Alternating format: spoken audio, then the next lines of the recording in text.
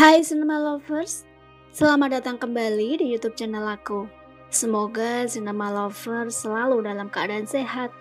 Untuk kali ini, aku akan melanjutkan kembali rangkuman drama Korea Remarriage and Desire Season 1 episode 7-8. Dan di video kali ini, kita akan mengetahui bagaimana akhir dari kisah cinta antara Yesang dan Yoonju.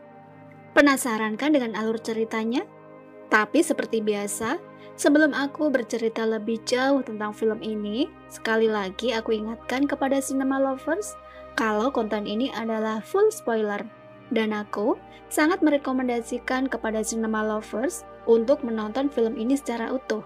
Karena menonton film secara utuh akan jauh lebih seru dan lebih menarik. Dan tak usah berlama-lama, ini dia ceritanya.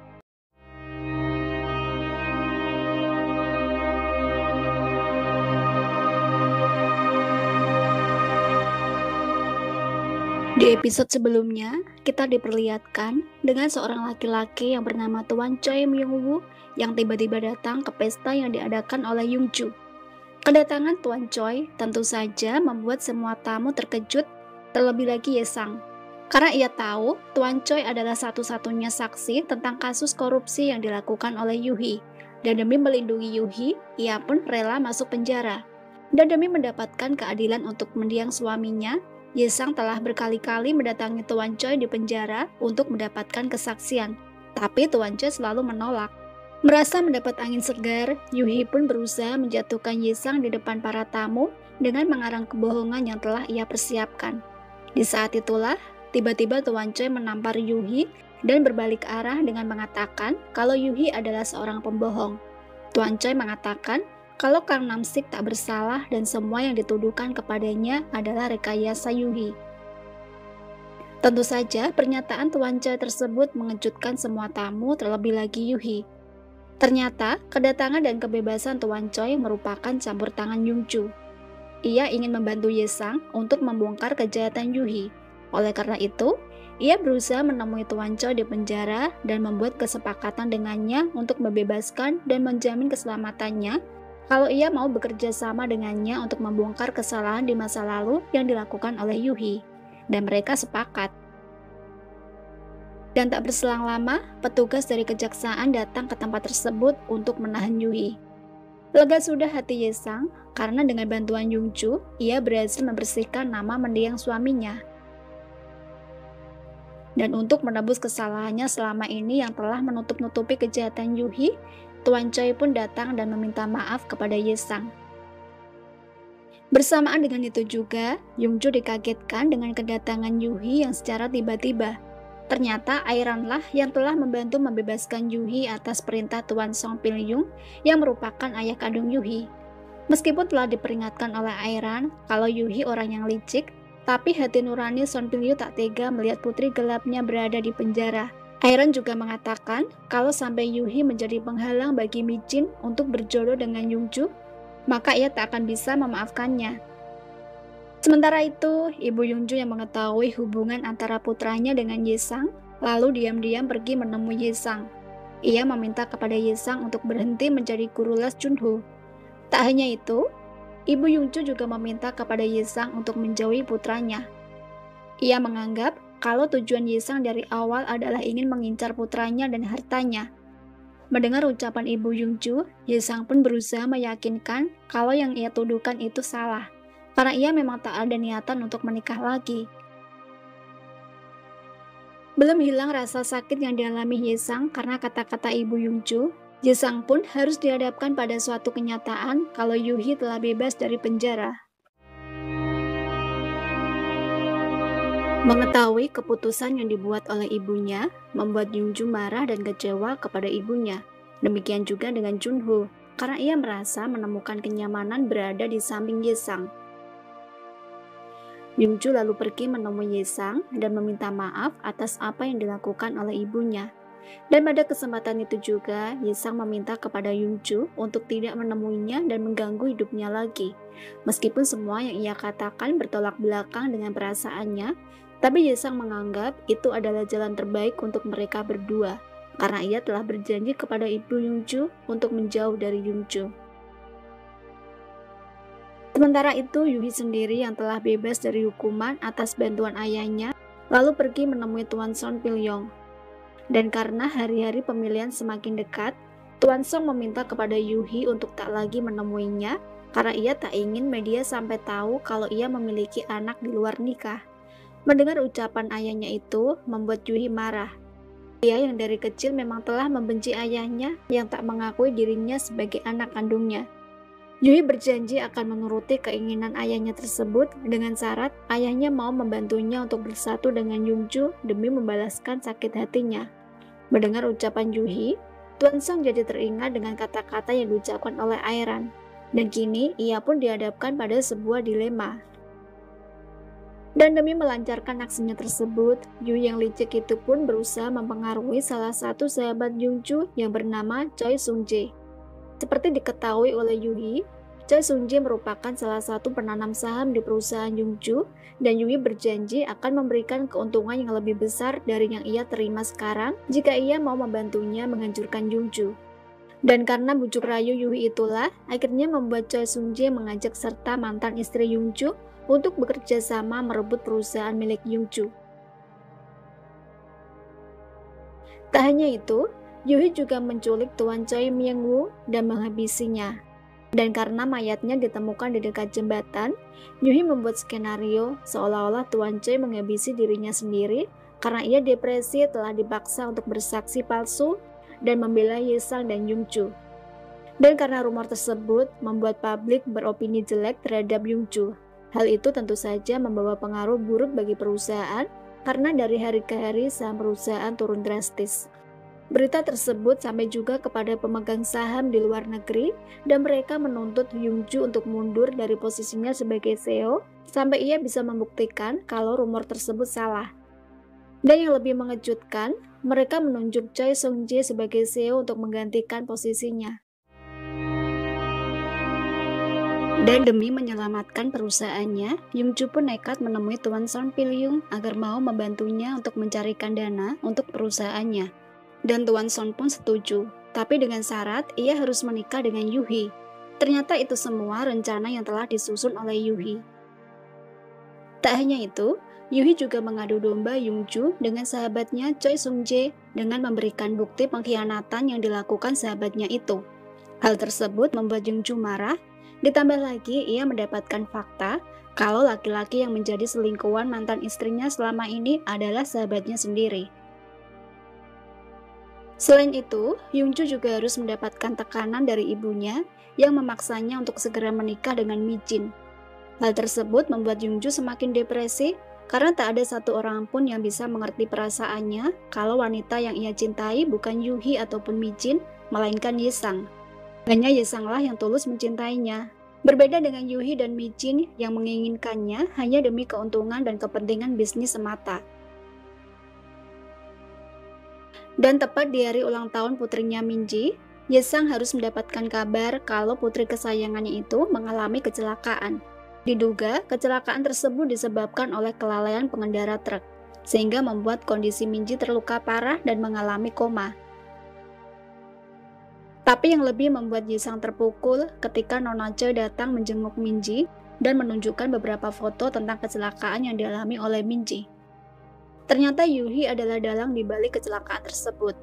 Yesang tak habis pikir kalau Yuhi bisa melakukan itu semua, padahal ia pernah memperingatkan Yuhi untuk tak mengusik putrinya. Rasa penasaran Yesang terjawab ketika ia menemui Airan dan mendapatkan fakta kalau Yuhi bekerja sama dengan pengendara truk untuk mencelakai Minji. Pengendara truk yang sedang terlilit hutang karena judi itu pun rela melakukan semua perintah Yuhi demi uang. Airan berjanji akan membuat Yuhi membusuk di penjara asal saja Yesang mau melepas Yungju untuk menikah dengan putrinya Mi Jin. Tapi Yesang menolak, karena penjara tak cukup bagi orang seperti Yuhi yang dengan mudah bisa bebas dari penjara. Oleh karena itu, Yesang menginginkan kematian Yuhi. Sementara itu, Yungju yang mengetahui kecelakaan yang dialami oleh Minji itu pun memutuskan untuk pergi ke rumah sakit. Di sanalah Yungju mengetahui kalau Yuhi lah orang yang bertanggung jawab atas insiden yang dialami oleh Minji. Habis sudah kesabaran Yungju. Dengan penuh emosi, ia lalu menemui Yuhi dan meminta penjelasan Yuhi. Dan dari Yungju lah Yuhi jadi tahu kalau Iron lah orang yang telah menjebaknya. Sehingga dokumentasi tentang kecelakaan yang menimpa Minji bisa sampai ke tangan Yungju. Dan sudah bisa dipastikan orang yang menjadi sasaran kemarahan Yuhi adalah ayahnya sendiri. Hal tersebut membuat Tuan Son Pil-yung tak mempunyai pilihan lain. Apapun caranya, ia harus mewujudkan keinginan Yuhi agar ia tak mengacaukan pemilihan yang telah ia persiapkan jauh-jauh hari. Oleh karena itu, Tuan Son meminta untuk dilakukan penyelidikan di perusahaan Yungju dengan tuduhan penyelewengan pajak agar Yungju menyerah dan mau menerima tawarannya untuk menikahi Yuhi. Ye-sang yang mengetahui kondisi yang dialami oleh Yungju akhirnya memutuskan untuk menerima tawaran Nona Choi untuk menikah dengan Sok-jin. Ye-sang berharap jika ia menikah dengan Sok-jin, maka Nona Choi dan Airan segera membantunya untuk memenjarakan Yuhi, sehingga tak ada lagi ancaman buat Yungju dan perusahaannya. Tak hanya itu, Ye-sang yang masih penasaran dengan kematian suaminya itu pun secara diam-diam mencari bukti dengan membuka kembali ponsel milik suaminya. Di sanalah Ye-sang menemukan sebuah video call antara mendiang suaminya dengan Yuhi yang isi percakapannya membuat Ye-sang hampir tak percaya. Yuhi mengatakan kalau ia adalah putri gelap Tuan Son Pil-yung. Sehingga terjawab sudah rasa penasaran Ye-sang kenapa Tuan Song sangat menginginkan Yuhi menikah dengan Yungju. Dengan bukti rekaman video tersebut, Ye-sang memutuskan untuk menemui Tuan Song. Ia mengancam Tuan Song agar mau memenjarakan Yuhi yang telah mencoba menghabisi putrinya. Jika tidak, maka Ye-sang akan membongkar masa lalu Tuan Song yang telah memiliki anak di luar nikah. Sementara itu, bayangan Nona Choi untuk mewarisi semua kekayaan suaminya ternyata tak semudah membalikkan telapak tangan.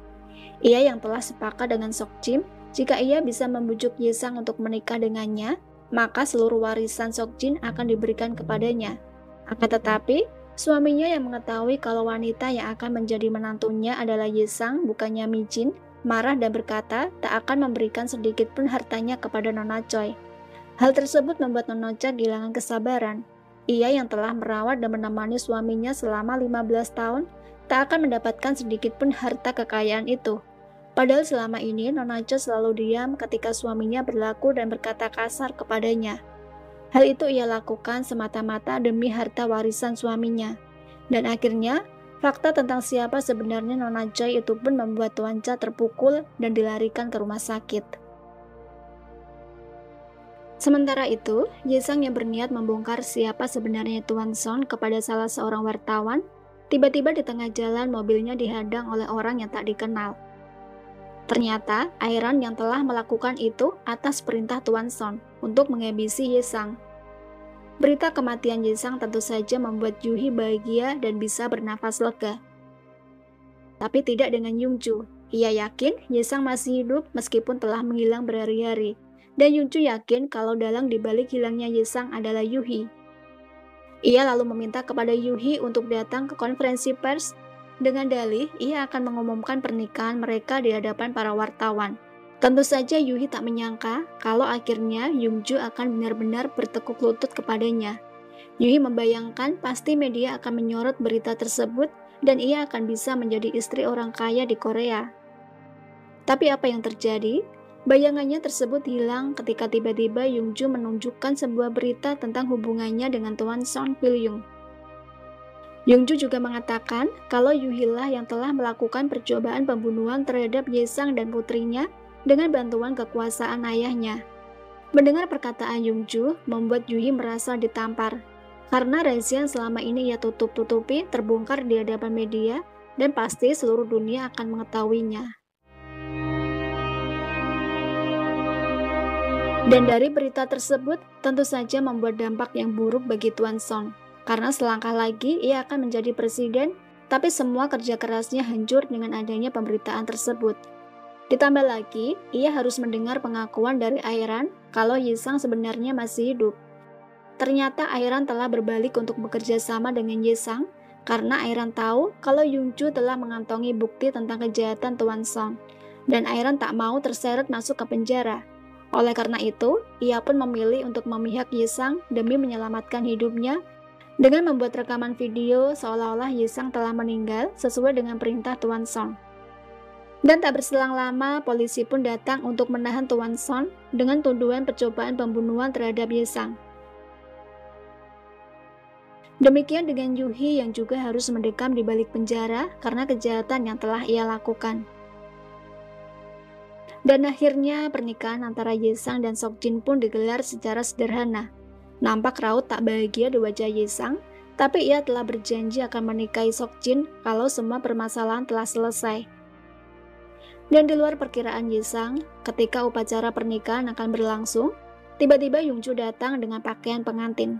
Ternyata itu semua rencana yang telah disusun oleh Seokjin, karena ia tahu kalau Yesang dan Yongju saling mencintai. Seokjin ingin Yesang hidup bahagia dengan orang yang benar-benar dicintainya, meskipun ia harus mengorbankan perasaannya. Hadir juga di sana ibu Yongju dan putranya Junho. Akhirnya ibu Yongju pun sadar kalau Yesanglah istri yang terbaik untuk putranya dan ibu yang baik untuk cucunya. Dan film pun selesai.